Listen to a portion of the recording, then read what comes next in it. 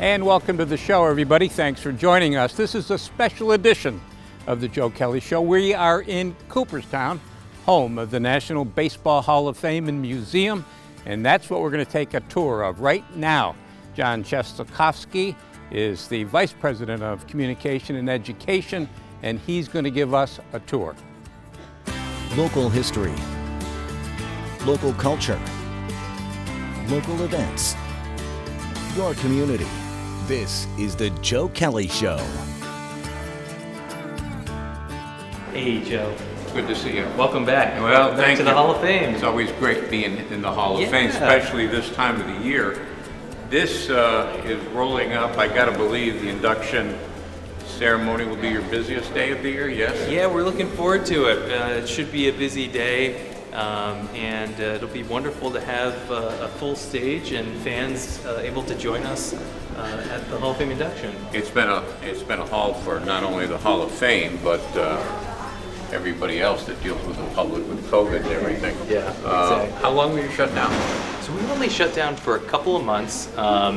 When COVID really struck in February, March of 2020, we were able to open following New York standards by the end of June of 2020. And it's kind of been a slow reentry, more and more people being allowed into the museum. And we're back to more or less full capacity now. Is it the attendance figures? Are you keeping track of how that's gone? Does that mean slow? Yeah, slow and steady, I would say. We got to the point at some days this summer where we were seeing attendance figures that came close to a typical day in 2019. So there's a lot to be encouraged about in terms of attendance. And by the end of the year, we might be a little more than half of what a normal year would look like for us. What do you anticipate number-wise on induction day? Now that's the age-old question, and always a tough thing to try and estimate. We just don't have a great idea. We're optimistic, certainly, but it's a different set of circumstances being in September and on a Wednesday instead of July on a Sunday. Right. One of the things that never varies is the plaques. They get on there, they stay on there. Has there ever been one that's been removed? We don't remove plaques. Once someone's voted in, they're in the Hall of Fame forever. All right. We do have special occasions where we're able to take a plaque off the wall temporarily to bring it on display to a ballpark or some incredibly important festivity honoring that Hall of Famer. That happens rarely on brief occasion, but once the plaque goes on the wall, that person's in the hall. And we're going to go in there right now and take a look at some of the plaques. And there are how many in there, John? Right now there are 329, but come September 8th, there'll be 333. Okay, let's go take a look at some of them. And we enter the Plaque Gallery, and you told me, John, that there are 329 plaques on the wall right now. And soon to be 333. And these are some of the oldest plaques from one of our, some of our oldest classes of Hall of Famers. And I know we're going to go up front and see the first class. And now this goes chronologically. Correct. So we have the first class, and then we start here 1937, go all the way up through the 1970s. From the 1970s on the other side, all the way up to the 1990s, and around our beautiful rotunda takes us to today. Yeah. The election of these Hall of Famers, it isn't the Baseball Hall of Fame that does it, is it? Correct. The Baseball Hall of Fame sets the election rules, but different bodies are here to actually do the election process. And that can take two different forms. For the most part, folks are if you're a former player, you'll be elected by the Baseball Writers Association of America. So a certain number of longtime baseball writers have the chance to vote every year. Once the player's retired for at least 5 years, they have the opportunity to be on a ballot. If they receive at least 75% of the votes from the voting body, they're elected to the Hall of Fame. That's a very high percentage to reach, and so this has really become one of the most exclusive fraternities in all of sport. Derek Jeter made it quite easily, didn't he? Derek Jeter did a great job and is a bit of an anomaly. But we like to say whether, like Derek, you came one vote shy of unanimity or you just were one vote ahead of the 75% threshold, once you're in, and no one's going to take that away from you. And the other thing is, if you don't get in for the first ballot, or for the first year or the second year, they've got a committee. What's the name of that committee? Yeah, exactly. So for a former player who doesn't get elected through this process during their years of eligibility, there are also era committees that are set up. And this is a bit of a second chance process for players. As time goes on, maybe we have a better idea of what their statistics mean. Maybe we have a better idea of the historical context of when they played. And this is a process that also includes managers, umpires, and executives as well. So all four of those categories are eligible for election into the Hall of Fame, but only players have the chance to be elected by the baseball writers. Okay. And we'll take a look at some of the other plaques as we move down the hallway. Sounds great. Yes. Do you have a favorite, John? I have my own personal favorites, having grown up in the Boston area. But that's kind of the beauty of this space. I think of the Plaque Gallery here as really kind of the heartbeat of baseball. It's where our legends live on forever. Mm-hmm. And everyone has their own idea of, who's most important. It comes from your own sense of history, where you grew up, who you learned the game from, and if you were lucky enough to visit some ballparks when you were a kid, who you saw playing. So it's a different experience for everybody. Mm-hmm. And for me, you can't go wrong with Ted Williams and from when I grew up in Boston, Pedro Martinez. Well, there's the first class, John. Yep, these are the first 5 Hall of Famers who were elected in 1936, which is actually 3 years before we opened our doors for the first time. Mm-hmm. And I guess everybody that knows a little bit about baseball would know these guys. And the one that I'm focused on is George Herman Babe Ruth. Yeah. Wow. An incredible talent, obviously, as almost every single baseball fan and everyone in the world almost knows who Babe Ruth is. Yeah. Not only one of the best ball players, but one of the biggest celebrities in baseball history. And you know what? His name is coming up a lot lately because there's another guy playing for the Angels who did what he started doing. It's unbelievable. Shohei Ohtani, who's come over from Japan in recent years, is doing some amazing work as both a hitter and as a pitcher. And while most people remember Babe Ruth as a hitter for the Yankees, as a great slugger, he was also a pitcher for the Boston Red Sox. Right. Did both. Yeah, he was a pretty decent pitcher. I think I'd venture to say he could potentially have ended up here in Cooperstown if he'd never become a hitter. Let's go take a look at those places where the new plaques are going. Sounds great. Okay.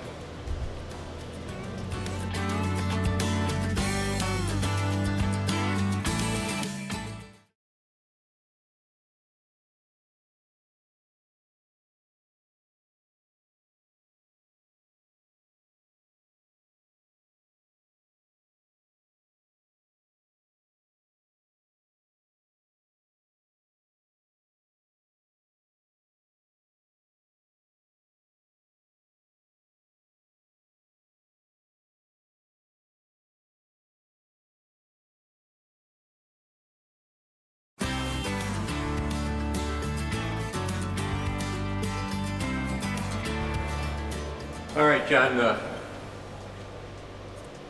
I see a couple things right off the bat. Yeah. That's been signed. Where is Derek Jeter's plaque going to go? So we always go in alphabetical order by class. So Derek will go here. He's the first alphabetically for the class of 2020. All right, hold that thought for a minute. The first thing that hits me is who he's going to be next to. Pretty incredible. That is. Pretty incredible that after all this time, after all their time playing together, that Mariano Rivera and Derek Jeter are going to be side by side. Do they know that, John? They do. Okay. They don't know, however, what that plaque is going to look like, correct? That's correct. The actual plaque is not unveiled until the induction ceremony, which is taking place September 8th right here in Cooperstown. Traditionally, that's part of one of the most exciting parts of the ceremony, when the Hall of Famers and the fans get to see what the plaque will look like and what it says. Have you seen it? I have. Okay. Rest assured, I think everyone will be happy with Derek's plaque. Now, I see this has been signed. I can't read the signature. So this is Ted Simmons, another member of the class of 2020, and this is Larry Walker's signature. Both of these gentlemen were able to come visit us here in Cooperstown after their election, but before COVID struck. Unfortunately, we weren't able to do that with Derek because of the pandemic. So this is kind of a symbol of the fact that the pandemic has slowed us down, and where we should have had this election many months ago, over a year ago, and in normal circumstances would have had all three of our living electees come visit us and sign where their plaque would end up. We haven't had that opportunity yet. You think you'll have an opportunity for Derek to sign his? We're sure hoping so. Okay, all right. And the other question I had for you, are all the plaques made by the same company? They are, and for decades they've been made in Pittsburgh at a bronze plant called Matthews International. They do really wonderful work and help us create some of the most beautiful and iconic bronze plaques in sports.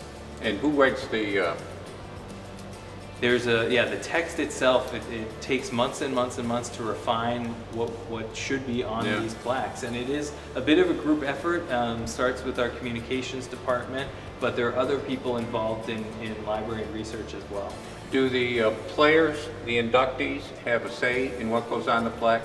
They don't. There could be times when it makes sense to reach out just to ask a question here or there, but for the most part, when it's read by the commissioner on stage, that's the first time they find out what's on their plaque. And this year, you've got a commissioner from right up the road? It's pretty neat, yeah. Commissioner Manfred grew up in the area in Rome and spent a lot of time here in Cooperstown as a kid. So it's always a pleasure to have him back, a bit of a homecoming. I know I do a little writing, but I wouldn't want to do this writing. How do you condense somebody's career, an all-star career, into little text like that? It's almost impossible. You're thinking about trying to boil down a career for some of these players 2 decades plus into 80, 90 words, and it takes a long time. It also really takes a lot of refinement, and it's always hard to say we've got it 100% the way we want, because there are all these different pieces of a career that you're trying to fit in.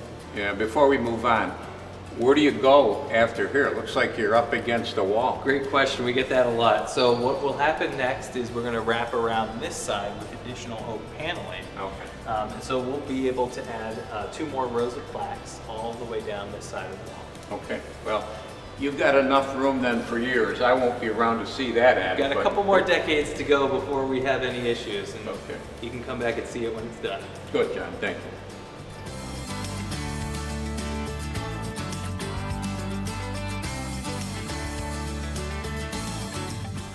Well, here's the exhibit that I've been looking forward to. This is a special exhibit for one of the inductees, Derek Jeter. How'd you get this stuff?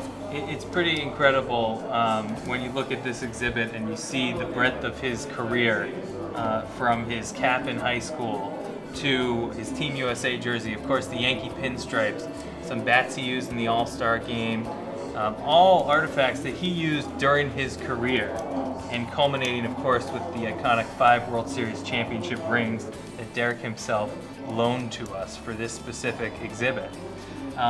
The rest of the material comes from different avenues.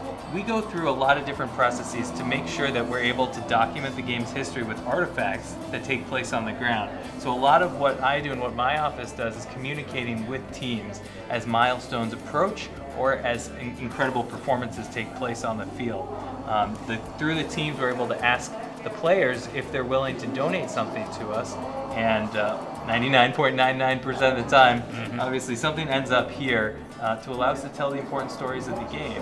We're also on site at all MLB Jewel events like the World Series and All-Star games, and that's where we collect some of these artifacts directly from the players and bring them right back to Cooperstown. I know that Jeff Idelson, your interim director, former director, spent a lot of time on the road going to ballparks for that very purpose, yes? That's exactly right. So you never know where the baseball schedule will take you when you're working here at the Hall of Fame.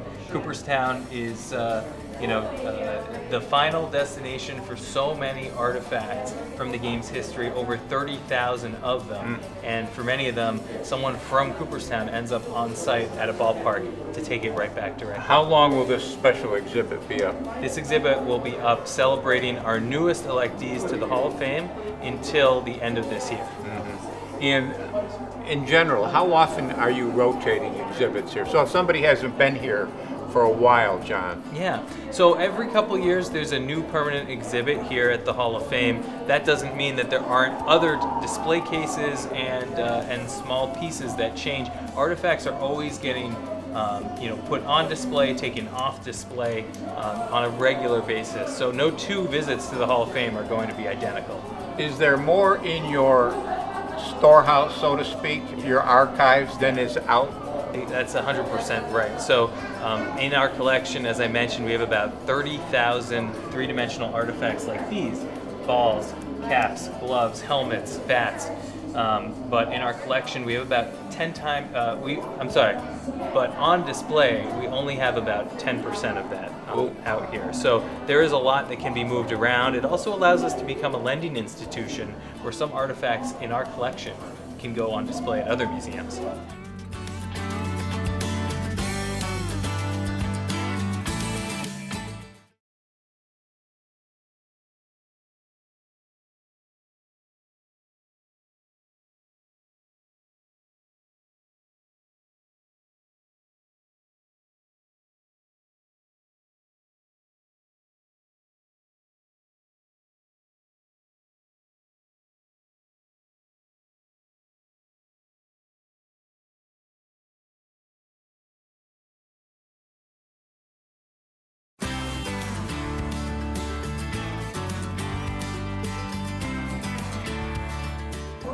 Joe, you really said it. We hear that all the time. I wish my mom didn't throw away my shoebox of baseball cards, and here you see it in the exhibit. There you the cards go. your mother threw away. So, this is a really, really special exhibit, and when you talk about baseball cards, we're always talking about our own past, our own history, and our own nostalgia for the game. So what's great about this exhibit is we're talking about cards throughout the decades, and what you remember from your childhood might not be the same as what I remember from my childhood, but it's all here, and it's all on display. I don't know if you did this as a kid. We did it as kids. We would take our baseball cards, throw them up against a wall. Let me show you something over here. We actually talk about the different ways that cards were used as games instead of being collected. And so down here we're talking about exactly what you just described. Yeah. Throwing baseball cards against the wall. Yeah. We have a I did bicycle that here. too. Yeah. And you can actually turn the pedal. You want to turn the pedal? Yeah. Yeah. And we'll see if you get the sound that you remember.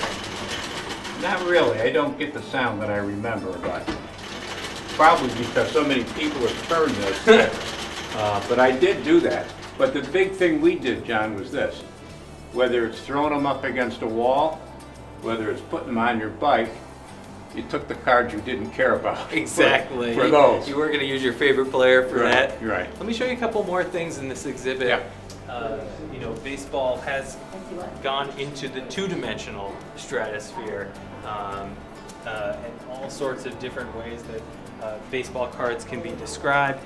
Unique situations where the same photograph is used on different baseball cards.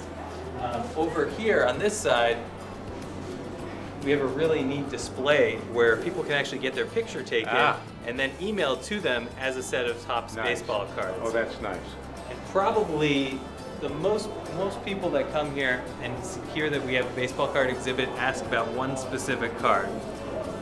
Honus Wagner T206 card, which is in the news again as becoming the most expensive baseball card ever sold. And it just sold recently for over $6 million. We have a couple of those on display. I'm not saying we have the $6 million version, but one of them's on display in this section called Holy Grails.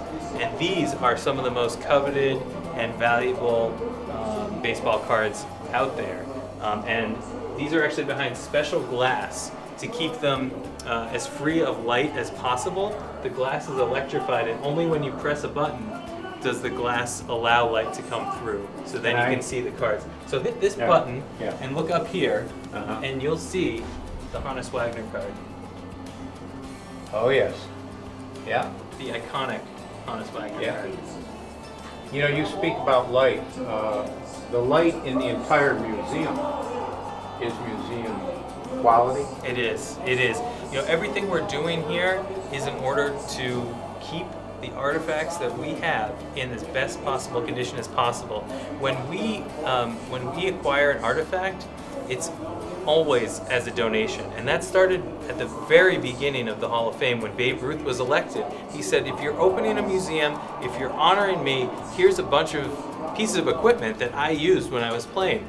Other Hall of Famers followed suit, and now whether it's a player, a team, MLB itself, or fans, that's where our artifacts come from. Everything you see here in the museum.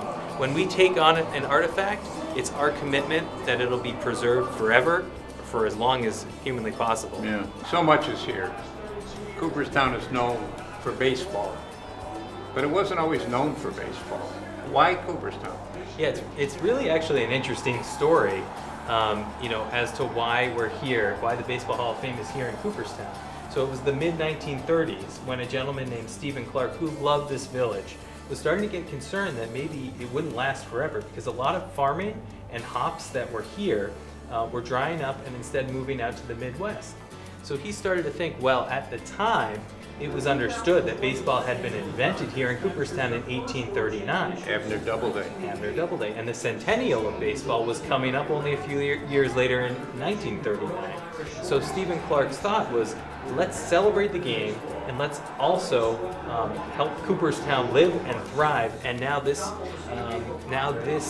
museum and the Hall of Fame here has kind of become the centerpiece of a bustling and really wonderful village with so many different things in town for people to do, baseball just being one of them. And it's great to be watching TV, watching a ball game or something, and people talk about going to Cooperstown.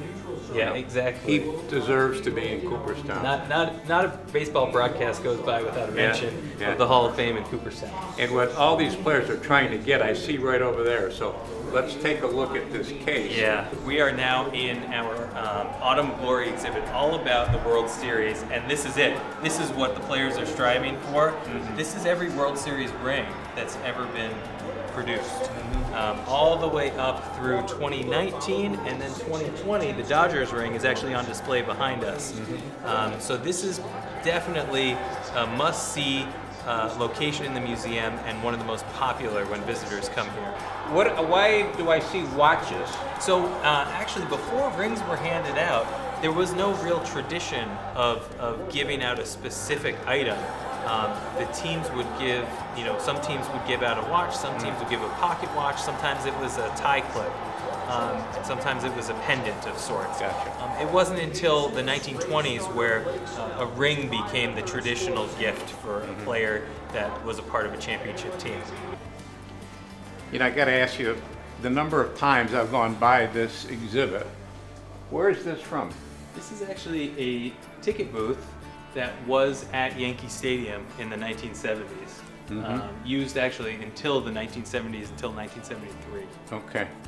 I want to thank you for giving us a great tour, but I have to ask you before we let you go, the induction, is the public still able to come down or no? Yeah, so that's what we're so excited about, the fact that we are doing this induction the way that we usually do, out on the grounds of the Clark Sports Center in Cooperstown.